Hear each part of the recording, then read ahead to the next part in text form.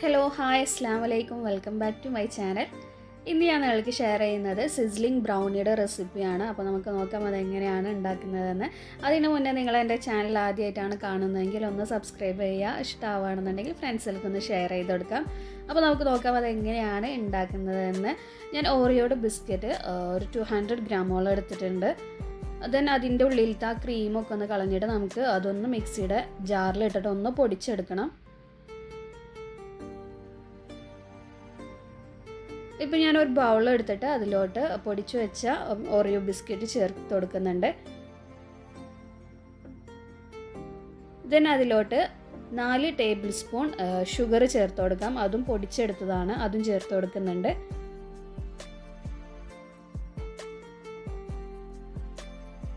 പിന്നെ വേണ്ടത് ബട്ടറാണ്. അത് 1 ടേബിൾ സ്പൂൺ മെൽറ്റഡ് ബട്ടറാണ് ചേർത്ത് കൊടുക്കുന്നത്. അപ്പോൾ അതും കൂടി നിന്ന് ചേർത്ത് കൊടുക്കാം.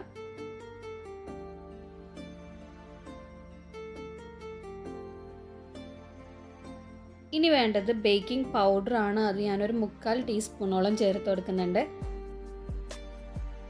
ദെൻ ഒരു 3/4 ടീസ്പൂൺ തന്നെ വാനില എസൻസും കൂടി ചേർത്ത് കൊടുക്കാം. പിന്നെ അതുപോലെ കുറച്ച് ഡ്രൈ ഫ്രൂട്ട്സ് ചേർത്ത് കൊടുക്കുന്നുണ്ട്. ഞാൻ എടുത്തിട്ടുള്ളത് കാഷ്യൂ, അതുപോലെ ബദാം, പിസ്തയും കൂടിയിട്ട് പൊടിച്ചെടുത്തതാണ്. അപ്പോൾ നിങ്ങൾക്ക് ഇഷ്ടമുള്ള ഏത് വേണമെങ്കിലും ചേർത്ത് കൊടുക്കാം കേട്ടോ. വാൽനട്ട് അത് ഏത് വേണമെങ്കിലും ചേർത്ത് കൊടുക്കാം. ദെൻ അതൊന്ന് മിക്സ് ചെയ്തതിന് ശേഷം നമുക്ക് 1/2 കപ്പ് പാല് വേണം. അത് കുറേശ്ശെ ആയിട്ട് ഒഴിച്ചു കൊടുത്തിട്ട് നന്നായിട്ട് ഒന്ന് മിക്സ് ചെയ്തെടുക്കാം. അപ്പോൾ മുഴുവനായിട്ട് ഒരുമിച്ച് ഒഴിക്കരുത്, കുറേശ്ശെ ആയിട്ട് തന്നെ ഒഴിച്ചെടുത്തിട്ട് നന്നായിട്ട് മിക്സ് ചെയ്തെടുക്കാം.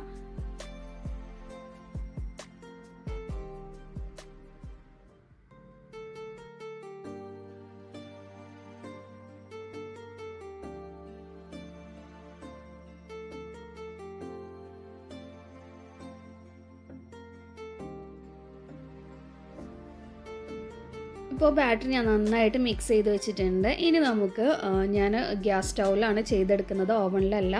അപ്പോൾ ഒരു പാത്രം വെച്ചിട്ട് അതൊന്ന് നന്നായിട്ട് ചൂടാക്കാൻ വെച്ചിട്ടുണ്ട്. ഒരു 10 മിനിറ്റെങ്കിലും ആ പാത്രം ഒന്ന് നന്നായിട്ടൊന്ന് ചൂടാക്കി വെക്കാം കേട്ടോ. അപ്പോൾ ഞാൻ ആദ്യം തന്നെ ഒരു പാത്രം വെച്ചിട്ട് അതിലോട്ട് പ്ലേറ്റ് ഇറക്കി വെക്കുന്നുണ്ട്. ദെൻ അതൊന്ന് കവർ ചെയ്ത് വെച്ചതിന് ശേഷം നന്നായിട്ട് ചൂടായതിനു ശേഷം കേക്കിൻ്റെ ബാറ്റർ ഒഴിച്ചിട്ടുള്ള ആ ട്രേ വെച്ച് കൊടുക്കുന്നുണ്ട്. എന്നിട്ടൊരു 30 മിനിറ്റ്സോളം എനിക്ക് എടുത്തിട്ടുണ്ട് അത് ബേക്കായിട്ട് കിട്ടാൻ വേണ്ടിയിട്ട്. ഇപ്പോൾ നന്നായിട്ട് ബേക്കായി വന്നിട്ടുണ്ട്. ടൂത്ത് പിക്കൊക്കെ ആയിട്ട് കുത്തി വയ്ക്കിയപ്പോൾ കൈമിലൊന്നും അങ്ങനെ ആവുന്നുണ്ടായിരുന്നില്ല. ബ്രൗണി ഇവിടെ റെഡി ആയിട്ടുണ്ട്.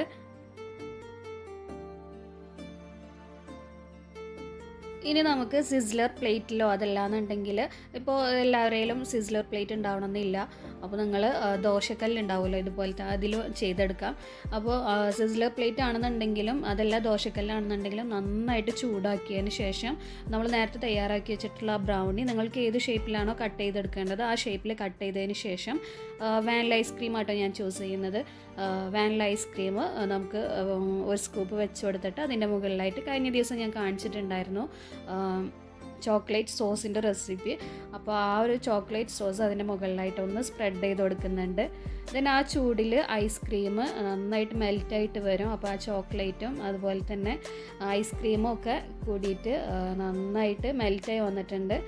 ഇതാണ് സിസ്ലിംഗ് ബ്രൗണി. അപ്പോൾ നിങ്ങൾക്ക് ഈ വീഡിയോ ഇഷ്ടപ്പെട്ടു എന്ന് വിചാരിക്കുന്നു. എല്ലാവരും ഒന്ന് ട്രൈ ചെയ്ത് നോക്കാം, നിങ്ങൾക്ക് എന്തായാലും ഇഷ്ടപ്പെടും.